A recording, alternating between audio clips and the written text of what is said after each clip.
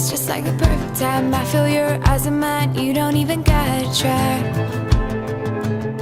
Our topic for GP is, does religion affect your beliefs? So we are at a religious area, that is the church at Siglap Hill.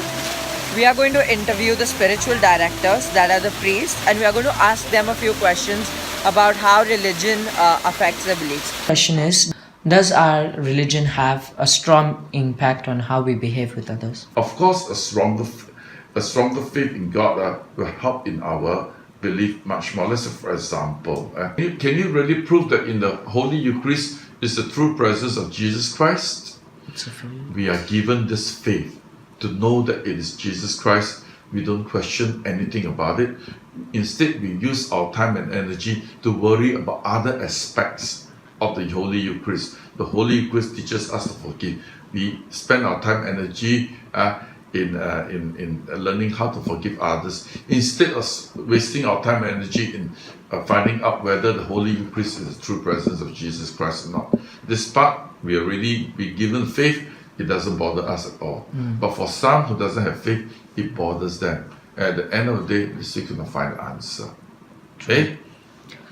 Okay, so next, does Christianity provide a guide for your future path? Like for children, by believing in Jesus, how will it provide a better plan for their future, for their studies? No. The thing is that it doesn't mean that you are a Christian or you are Catholic. You are more favored by God than other people, because every one of us, whether you're a believer or you're a non-believer, we are all children of God. So God treat us equally. Just because you are a child of a Buddhist parents doesn't mean that God treat you less. No. So as for this question, that's why God rely on parents to help them to bring up good and holy children. God will inspire both the parents and the child to lead good and holy lives. Of course, we cannot, definitely the Catholic religion is different from the other Buddhist religion. We cannot say that our values are the same. So of course, the Catholic Church teachings definitely will have an impact on the lives of the child, because it gives the maximum, so to speak, maximum benefits and teachings of Jesus to the child. But it still depends on the parents, how they're going to develop this with their children, and how willing the children are, how willing the child is willing to believe in God.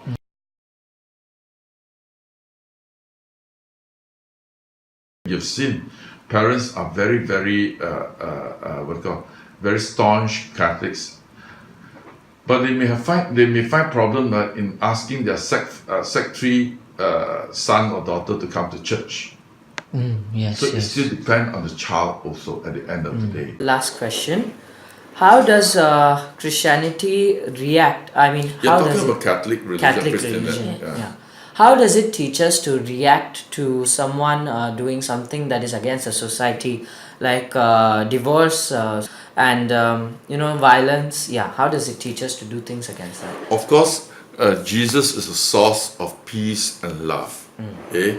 So it depends on issues. If you're talking specifically about issues like divorce and Violence. and violence, then there's specific teachings against this.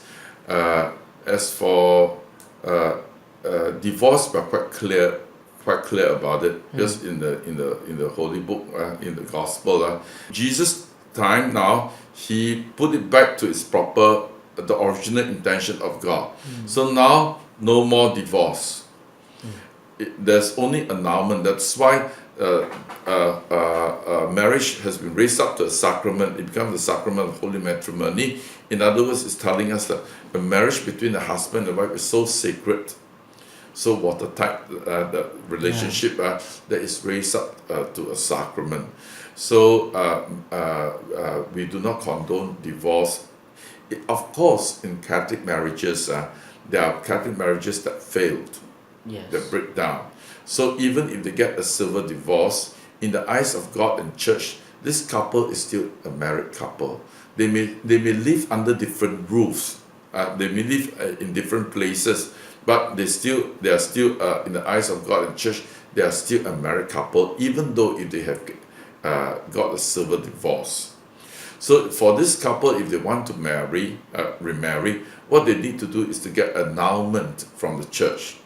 Annulment is not that easy to get, but the church is not out to penalize this couple whose marriages fail. They are there to help them, but there are reasons for annulment. Annulment is as though, even though they've been married for 10 years or they have 3 children out of marriage, it's as though the marriage has never taken place. Then they are free to marry again. As for violence, it depends on what violence you're talking about.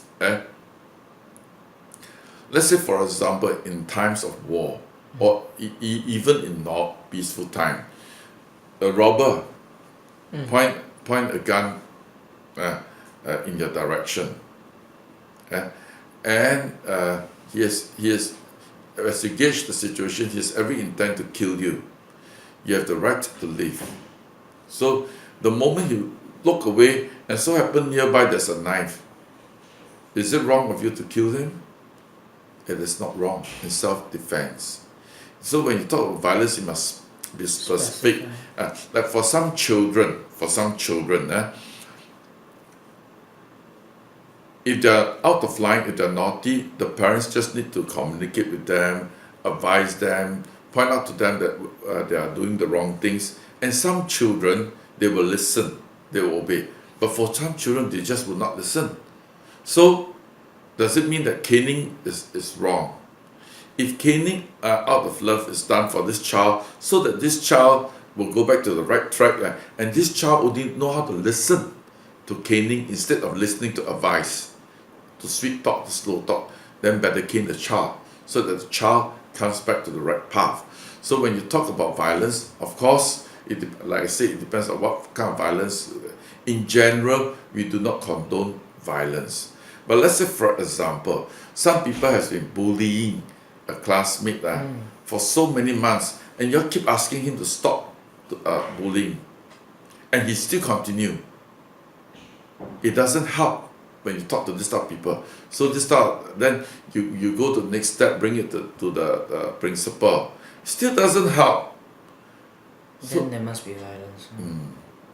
You must if that caning will bring this child back to be somebody who is good, who will not bully others. Okay. So it depends. In general, we do not condone violence. Of course, the violence of ISIS, this type of taking innocent life away, these are cowards. All this we do not condone. We do not condone wars, all this also. But what to do? Some government men are greedy. They want to acquire more land, more power, so they want to conquer more lands, and in the meantime they have to use violence. So in such instance, those victims they are entitled to use back violence to gain back their rights to the dignity of man, the rights to live. So it depends on. In general, yes, we do not condone violence, but it depends on situation and circumstances also. I'll live before we even. Okay, so I'm from Global Integration International School. We have a group project and I'm representative. Our research topic is traditional culture, and our research question is, how does tradition affect our beliefs? If your answer, do you think that tradition affects beliefs? It's our beliefs. If your answer is yes, then how? If your answer is no, then why do you think so? Yes, I believe tradition affects beliefs because since children we are brought up and we witness the traditions in our household, and that affects our beliefs, our way of thinking, our views about life. As simple as tradition of visiting a temple on every important occasion or festival. Like today? Like today, yes. So it is Makar Sankranti and this festival is the start of the summer solstice. Also harvest, time of harvest, I think. So it makes us believe in this cycle of life, and we know that yes, this is how the different phases of the year are. So I believe yes, it does. Thank you. We were going too fast, bound to crash. Didn't think twice. It was all about May I know what your name is? Regina. Okay, so I have a group project, like it's a group project in our school. I'm from Global Indian International School. We have the research topic of tradition and culture. Question is, do you think that tradition affects our belief? If yes, then how? And if no, then why do you think so? Oh my God, that's a very deep question actually. I think tradition is something which we all follow. It's passed down from generation to generation, and it does impact our beliefs. Like most parents say that you must go to the temple, you must pray, it will get you good marks, and it's important because we believe in God that way. That's how certain traditions are passed down. I would not say all traditions are right or wrong. We are no one to judge to say whether they are right or wrong. But yes, traditions are passed down from one generation to another generation, and I think it's a very important part of our life. Yeah. Is that good enough? Yeah. Okay. Thank you.